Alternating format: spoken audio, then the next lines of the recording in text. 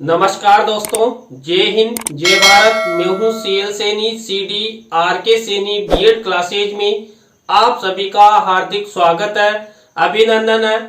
दोस्तों, हमारे इस चैनल के माध्यम से आपके डीएड पाठ्यक्रम, आपके बीएड पाठ्यक्रम, बीए बीएड और बीएससी बीएड पाठ्यक्रम पर आधारित आप द्वारा जो हमारे इस हेल्पलाइन नंबर पर जो भी कंटेंट भेजे जाते हैं उन पर हम आपसे चर्चा करेंगे।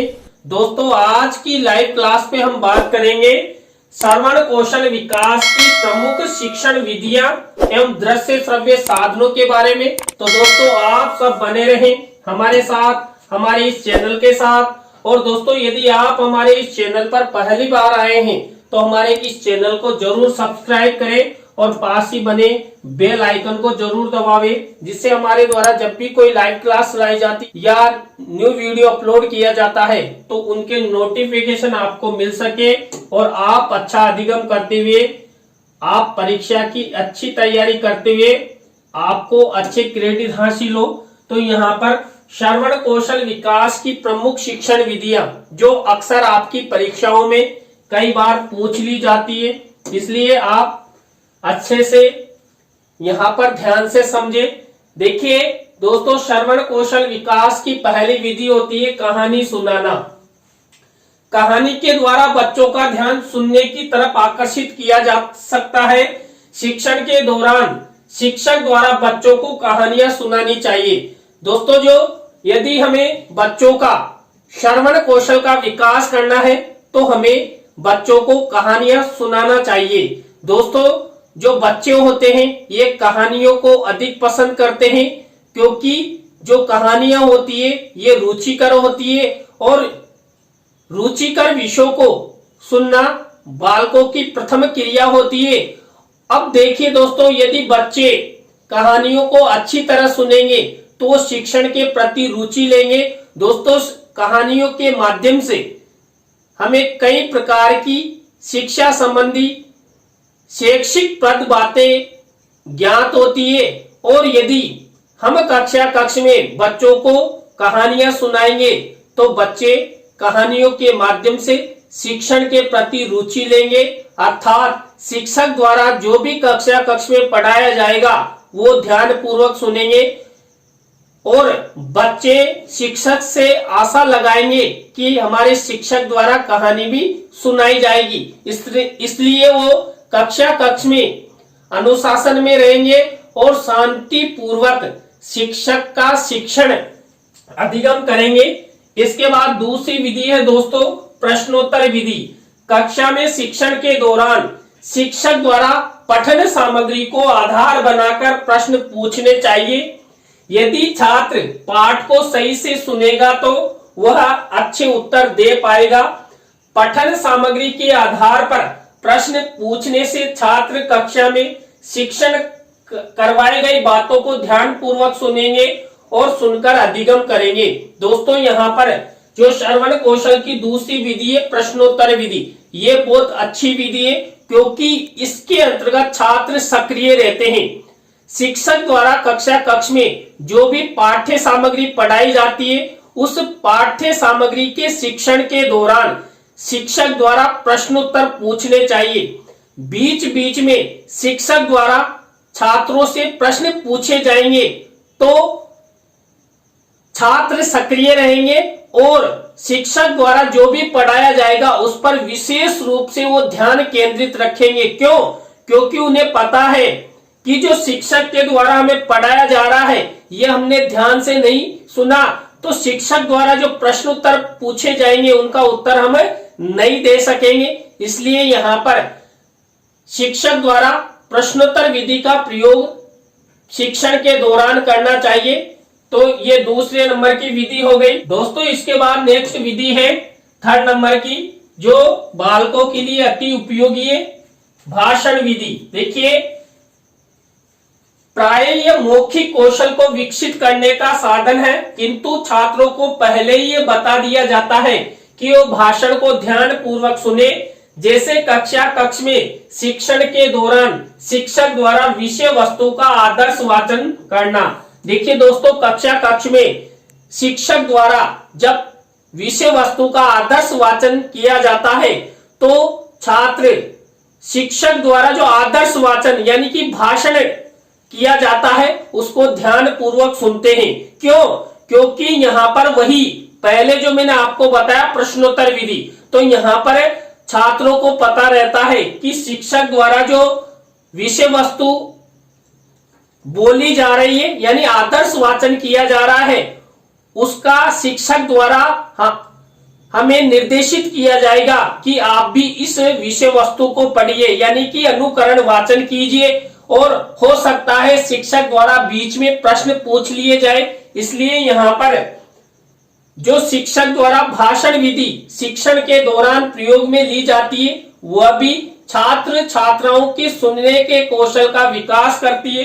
श्रवण कौशल के माध्यम से ही बालकों का अच्छे से विकास हो पाता है, इसलिए कक्ष में शिक्षक द्वारा भाषण विधि का भी प्रयोग करना चाहिए। इसके बाद दोस्तों नेक्स्ट विधि है कविता सुनाना।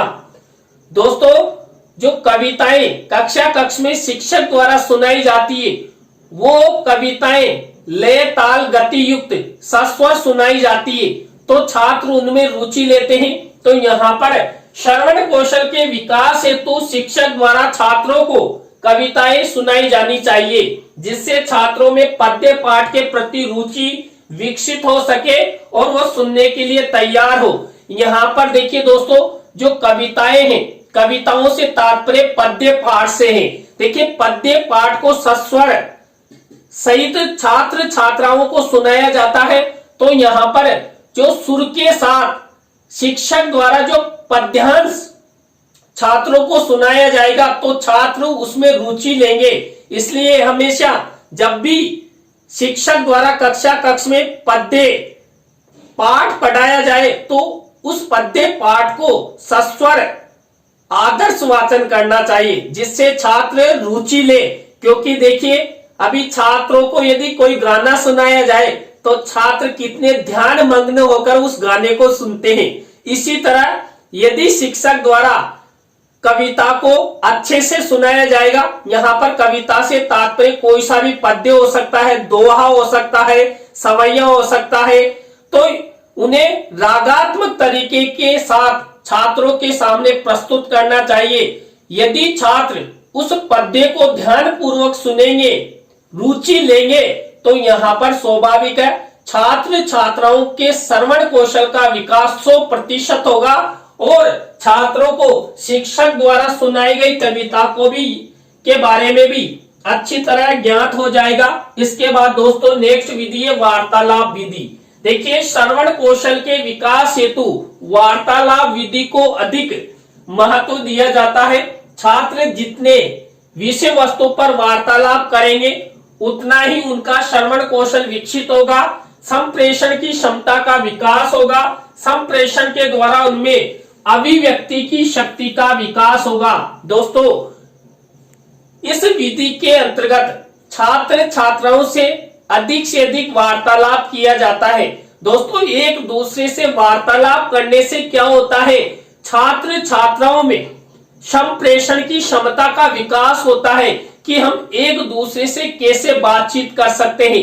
देखिए जब हम एक दूसरे से बातचीत करते हैं तो एक दूसरे के द्वारा कही गई बातों को हम ध्यान पूर्वक सुनते हैं और अध्ययन करते हैं और उसके प्रत्युत्तर में कुछ प्रतिक्रिया करते हैं, यानी कि अगले व्यक्ति को कुछ न कुछ उसका प्रत्युत्तर देते हैं। तो यहाँ पर दोस्तों वार्तालाप विधि के माध्यम से हम छात्र छात्राओं में श्रवण कौशल का विकास कर सकते हैं। और आप सब जानते हैं दोस्तों हर व्यक्ति बातचीत करने में दक्ष होता है और बातचीत में सब रुचि भी लेते हैं। इसलिए कक्ष में जब शिक्षक द्वारा पढ़ाया जाए तो किसी भी पाठ्य विषय पर, विषय वस्तु पर, टॉपिक पर छात्रों में वार्तालाप के माध्यम से भी यानी कि समूह शिक्षण करवाना चाहिए जिससे छात्रों में रुचि बढ़े और श्रवण कौशल का विकास हो।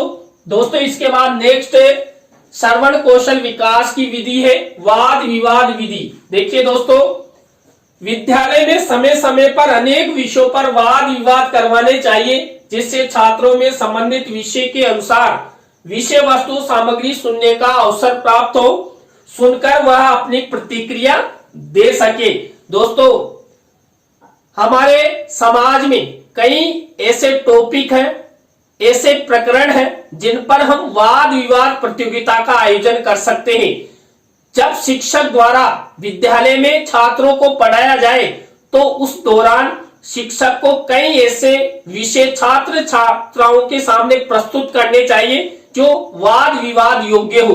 दोस्तों, वाद विवाद में पक्ष और विपक्ष मिलकर उस प्रकरण पर कई प्रकार का ज्ञान विकसित करते हैं, बातें करते हैं, तो छात्र आपस में उनको ध्यान पूर्वक सुनते हैं। और दोस्तों, ध्यान पूर्वक सुनेंगे तो छात्र छात्राओं में श्रवण कौशल का विकास होगा। इसलिए विद्यालय में वाद विवाद प्रतियोगिताओं का भी आयोजन करना चाहिए। तो इस विधि से तो दोस्तों, यहाँ पर हमने श्रवण कौशल विकास की ये 6 विधियों के बारे में आपको बताया। अक्सर आपकी परीक्षाओं में ये प्रश्न आ जाता है कि श्रवण कौशल विकास की प्रमुख शिक्षण विधियों के नाम बताइए। दोस्तों, इसके बाद हम आपसे बातचीत करते हैं कि जो श्रवण कौशल है, इस श्रवण कौशल के विकास के कौन कौन से दृश्य श्रव्य साधन है जिनके माध्यम से छात्रों में अच्छे सुनने के कौशल का विकास होता है और छात्र अच्छे से सुनते हुए अपना विकास करते हैं। तो यहाँ पर पहला है रेडियो। दोस्तों, आपने रेडियो का नाम सुना है।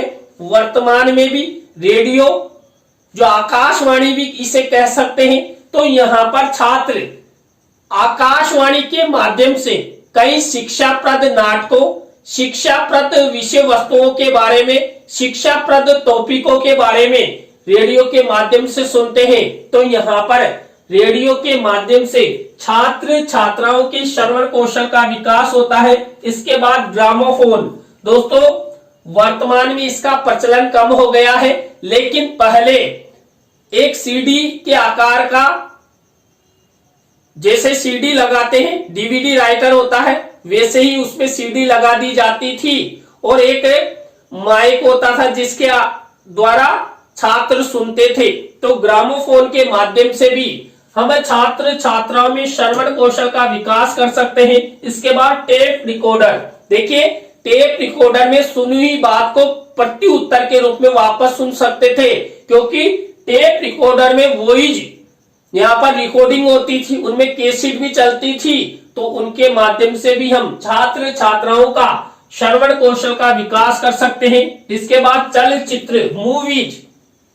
देखिए दोस्तों, मूवीज किनको पसंद नहीं है, सब मूवीज देखते हैं और मूवीज के माध्यम से हम सुनते हैं कि फला व्यक्ति ने क्या कहा, कौन नायक है, कौन नायिका है, किस तरह इनके मध्य क्रियाएं हो रही है, किस प्रकार कार्य कर रहे हैं, उन सब के बारे में हमें मूवीज के माध्यम से, चलचित्रों के माध्यम से पता लगता है। तो चलचित्रों को भी छात्र छात्रा अच्छे से सुनते हैं। तो यहाँ पर चलचित्रों के माध्यम से भी क्या होता है, श्रवण कौशल का विकास होता है। इसके बाद वीडियो। देखिए दोस्तों, आजकल आप सब देखते हैं सोशल मीडिया के माध्यम से कई प्रकार के वीडियो उपलब्ध है, चाहे यूट्यूब हो, फेसबुक हो या शिक्षाप्रद कोई से भी एप्स हो। वहां पर हम वीडियो को देखकर उन्हें सुनते हैं और सुनते हुए अधिगम करते हैं और उनके सुनी हुई बात के ऊपर कुछ प्रतिक्रिया प्रदान करते हैं। तो यहाँ पर वीडियो के माध्यम से भी श्रवण कौशल का विकास होता है। इसके बाद कंप्यूटर। देखिए दोस्तों, कंप्यूटर श्रवण कौशल ही नहीं, हमारे जो चारों कौशल है उनका अच्छे से विकास कर सकता है। यदि छात्रों को कई प्रकार की शिक्षाप्रद सामग्री या पाठ्य सामग्री हमें उन्हें सुनाकर सिखानी है, अधिगम करवानी है, तो कंप्यूटर के माध्यम से हम आसानी से उन्हें अधिगम करवा सकते हैं। तो कंप्यूटर भी श्रवण कौशल विकास का अच्छा श्रव्य दृश्य साधन है। इसके बाद मोबाइल। वर्तमान में देखिए, हमें खाना खाए बिगर रह सकते हैं, लेकिन मोबाइल बिगर नहीं रह सकते। तो वर्तमान में छात्र छात्राओं में श्रवण कौशल विकास का प्रमुख श्रव्य दृश्य साधन हो सकता है मोबाइल, और मोबाइल के माध्यम से ही आप सब देखिए यूट्यूब पर कई प्रकार के आपके पाठ्यक्रम आधारित वीडियो देखते हैं, सुनते हैं, समझते हैं और अधिगम करते हैं। तो दोस्तों ये 7 ऐसे संसाधन हैं जो श्रवण कौशल का विकास करते हैं। तो दोस्तों आज की लाइव क्लास के अंतर्गत हमने श्रवण कौशल विकास की प्रमुख शिक्षण विधियां और श्रव्य दृश्य साधनों के बारे में आपको बताया। आज की लाइव क्लास आपको कैसी लगी कमेंट्स में हमें जरूर बताएं। अच्छी लगी हो तो लाइक करें, कमेंट्स करें और शेयर जरूर करें दोस्तों। और आप सब इसी तरह हमारे चैनल का सपोर्ट बनाए रखें। और दोस्तों आप भी चाहते हैं कि सैनी सर द्वारा हमारे बीएड पाठ्यक्रम, डीएड पाठ्यक्रम, बीए बीएड और बीएससी बीएड पाठ्यक्रम पर वीडियो बनाए जाए, तो दोस्तों आप सब हमारे इस हेल्पलाइन नंबर पर हमसे कांटेक्ट करें, हम आपसे बातचीत करेंगे। तत्पश्चात उन टॉपिक्स पर हमारे चैनल के माध्यम से आपसे चर्चा करेंगे। तो दोस्तों आज की लाइव क्लास में बस इतना ही। न्यू लाइव क्लास के साथ हम आपसे फिर मिलेंगे CDRK सैनी बीएड क्लास 8 पर। जय हिंद, जय भारत, राम राम सा।